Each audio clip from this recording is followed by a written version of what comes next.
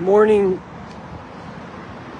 As I mentioned yesterday, we begin the book of Deuteronomy, which is called Mishneh Torah, the repetition. It's the last 40 days of Moses' life. And he goes through the last 40 years of the desert and what happened and how the Jews could learn from their challenges, from their struggles, from their mistakes. But there's also another word for the name of the book, which is called Dvarim, which means words. Because here we have Moses, who was the man who, when God chose him to be the leader to take the Jewish people out of Egypt, he said, I'm not a man of words. But yet suddenly Moses finds his voice. And as he's about to pass away, he speaks to the Jewish people about their last 40 years. And in the first verse, he mentions 9 places. It says, Eila hadvarim, these are the words that Moses spoke to the Jewish people. Bamidbar, in the desert, Ba'arava, on the other side, Bein Tofel, V'dilavan. And he goes on mentioning all these places. 9 places in all. And most of these places don't exist. And in fact, for example, the Jews weren't in the desert anymore. They were literally in sight of the Jordan River, about to cross over. So why does Moses mention these places? And the rabbis say, the reason why Moses mentions these places was really these places don't exist, many of them. But Moses was rebuking the Jewish people for the mistakes they made. 9 cardinal mistakes they made in the desert, where they complained about the manna, where they complained the story of the spies, where they rebelled against Moses, against God. And Moses is reminding the Jewish people of all these stories to teach them about how to be better and to learn from it. But yet Moses doesn't want to hurt them too much and embarrass them. So he mentions names of places alluding to these sins without actually saying them. And the rabbis say that Moses teaches us a powerful lesson. If you really want to teach someone and tell someone they're making a mistake, you have to choose your words of the way you are speaking. Because only if you speak in a way of love, and the person who hears you knows that you're coming from a place of love and knows that you really care about them, and you're not just criticizing them and talking to their insecurities, then it won't help. It's so important about how you choose your words and where it's coming from. Because ultimately, the same thing happened with Jacob and Reuven. Jacob waited 50 plus years till he told Reuven off about what he did when his mother passed away. Because Jacob wanted to make sure that it would come from a place of love, but more importantly, that Reuven would understand where it's coming from.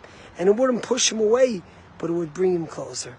There's a famous story they say about the Chafetz Chaim, who had a yeshiva in Radin in Poland. And one time there was this student who was not capable of staying in yeshiva. He broke every rule and he didn't do what he was supposed to do. And the rabbi had to kick him out of yeshiva.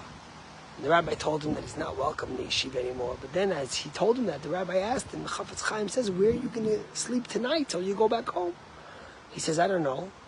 So the Chafetz Chaim says, listen, you can't be a student in the yeshiva because you're breaking the rules. But come to my house. And he takes him home.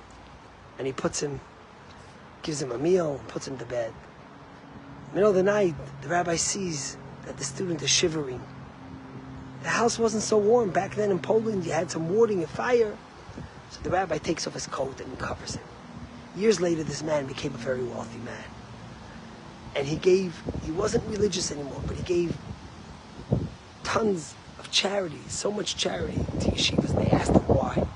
And he says, because all these years later, I could still feel that warm blanket that the rabbi put on me. The rabbi had to send him away from yeshiva. He had to rebuke him. But he knew it was coming from a place of love. That's what Moses teaches us. You think about the rancor in this country. You think about the volume of the noise, of the attacks, one at each other. Even amongst us Jews, if you do this, then you don't care about the Jews. If you don't do that, if you vote for this one, then you're deserting the Jewish people. If you vote for that one, or you think of voting for them, then you're not a Jew anymore. we need to turn down the volume.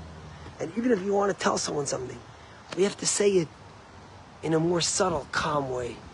You know, this weekend, when I spent with my parents at the reunion, we had a singer who spent Shabbos with us and sang many songs. And one of the songs we asked him to sing was one of my father's favorite songs. And it's from the Igeret HaRambam, which is the letter that the Ramban wrote, the famous letter, Nachmanides. And in it he writes, to the rebuke of your father, V'yal titosh, and don't leave go. V'yal titosh, and don't leave go of the Torah of your mother.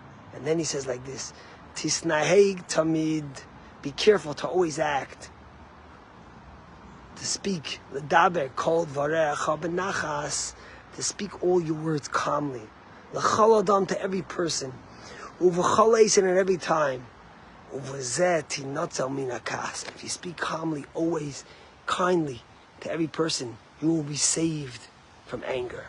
And he goes on to say, shehi midra, because it's not a good attribute, it's not a good character to be angry, to speak in anger to any person.